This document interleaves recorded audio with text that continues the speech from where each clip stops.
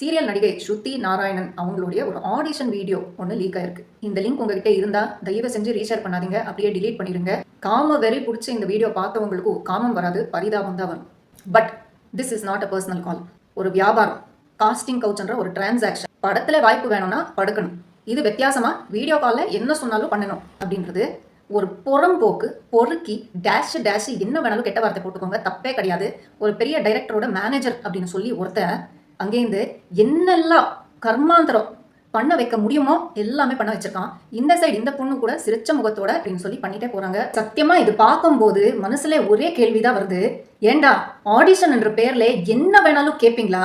இப்படி ஒரு மானங்கெட்ட வழியில படம் எடுத்து இத்தனை பொண்ணுங்களோட சாபம் சம்பாதிச்சு நீங்க எல்லாம் நல்லா இருப்பீங்களா? போய் குப்பையில போடுங்க அந்த படத்தை.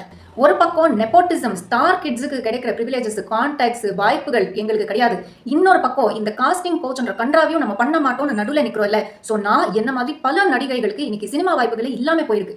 ஸோ நம்ம கனவுகள் எல்லாமே நம்ம கொண்டுட்டோம். எப்படிப்பட்ட நியாயம் நீங்க சொல்லுங்க? தப்பு பண்ணாம இருக்கிறதே ஒரு பெரிய தப்பா இருக்கு. ஒரு சைடு இந்த ஃபேவர்ஸ் எல்லாம் கேட்கறவங்க மேல எவ்வளவு குற்றம் சொல்றோமோ, இந்த ஃபேவர்ஸ் எல்லாம் பண்றவங்க மேலேயும் ஈக்குவலா குற்றம் இருக்குதானே.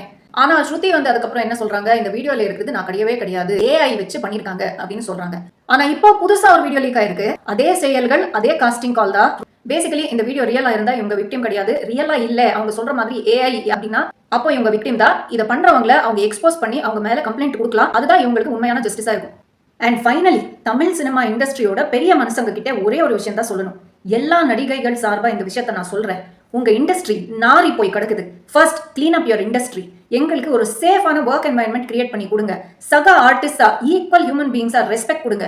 நியாயமா நமக்கு வர வேண்டிய வாய்ப்புகள் எங்க டேலண்ட் பார்த்து எங்களுக்கு கொடுங்க. அதுக்கப்புறம் எந்த ஸ்கூல் பொண்ணு யாரோட படுத்தா, எந்த காலேஜ் பொண்ணு எந்த பிராண்ட் சரக்கு அடிச்சான்றதை பத்தி ஆராய்ச்சி பண்ணுங்க. தேங்க்யூ.